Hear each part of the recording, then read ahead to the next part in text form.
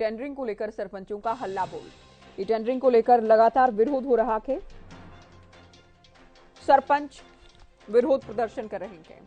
E tendering प्रणाली को खत्म किए जाने की मांग हो रही है। सरकार सरपंचों को काम करने की पावर दे, ये मांग है। सरकार पर आरोप है कि जो सरपंच है उनकी वित्तीय पावर को खत्म कर दिया गया है, कम कर दिया गया है। ऐसे में प्रदेश के अलग अलग हिस्सों से लगातार सरपंचों की ओर से विरोध किए जाने की तस्वीरें सामने आ रही हैं। तो ई टेंडरिंग का मामला ये लगातार हरियाणा में गरमाया हुआ है।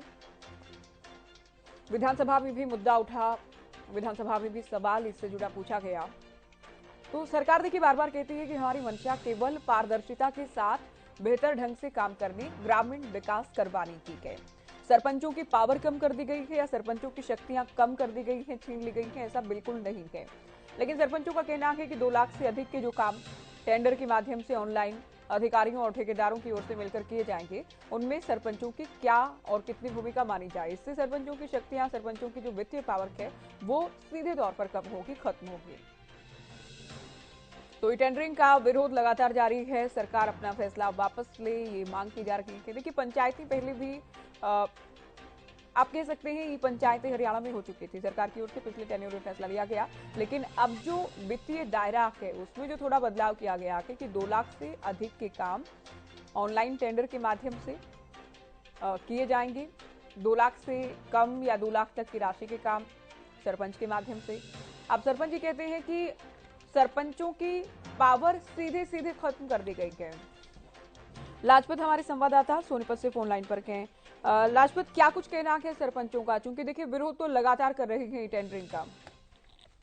जी बिल्कुल, देखिए पंच और सरपंच क्या पूरा हरियाणा जो लगातार विरोध करता हुआ नजर आ रहा है। ऐसे में सरकार की गले की फांस जो है सरपंचों के माध्यम से दिखाई दे रही है। और लगातार आपको बता दें कि आज जो है राय विधानसभा क्षेत्र के सभी सरपंचों ने एक समिति बनाई है और समिति में एक प्रधान को भी चुना गया है और अब लगातार रणनीति बनाते हुए नजर आ रहे हैं, क्योंकि गांव के जो मौजूद पगड़ी है उनको ऊपर कहीं ना कहीं सवाली निशान खड़े होते हैं। सरकार की और सरपंचों की खींचातानी दिखाई दे रही है, लेकिन आम नागरिक जो है उस बात को लेकर जरूर चिंतित है, क्योंकि जिन लोगों को जिम्मेवारी सौंपी गई थी विकास कैसे हो, कैसे उस पर नीति बने, क्योंकि लगातार जो है हमने देखा है कि जिन लोगों पर जिम्मेवारी दी जाती है वो अपनी बात पर खरी उतरने के लिए हर तरह का प्रयास किया जाता है और प्रयास में अपना पूरा उतरने का प्रयास रहता है। लेकिन ई टेंडरिंग को लेकर लगातार विरोध दिखाई दे रहा है। उस विरोध को लेकर मजबूती बनाने के लिए पूरे हरियाणा में अब जैसे समिति बनाई जा रही है और सरपंचों का एक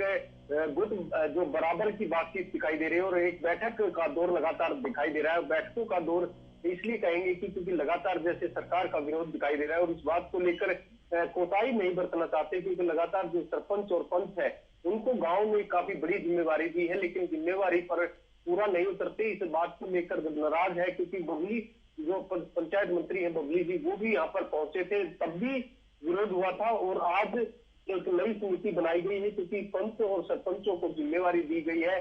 बस्ते की बात आती है, बस्ता अब पंचायतों को दे दिया गया है, तो पंचायत मजबूत होती हुई नजर आ रही है। मजबूत होने के बाद आज समिति बनाई गई और उस समिति में एक संगठन हुआ है, मजबूत संगठन तैयार किया गया है और उस संगठन को तैयारी इसलिए की गई है कि विरोध अब लगातार दिखाई दे रहा है, क्योंकि 2024 का चुनाव भी नजदीक है। इस बात को छोटा ना माना जाए, इस बात को बड़ा माना जाए, क्योंकि 2024 का जो चुनाव है वो भी इसमें कहीं ना कहीं जो है वो सरपंचों ने साफ कर दिया है कि सरपंचों की ओर से 2024 पर असर दिखाई देगा। बिल्कुल मोर्चा खोल दिया गया है। 2024 तक इसका असर नजर आएगा। सरकार ने अगर फैसला वापस नहीं लिया, ये भी चेतावनी दी गई है। बहुत शुक्रिया लाजपत, ये पूरी जानकारी आपने दी। तो सोनीपत की हम बात कर रहे थे, टेंडरिंग को लेकर सरपंचों की ओर से हल्ला बोल सरकार के खिलाफ किया गया है।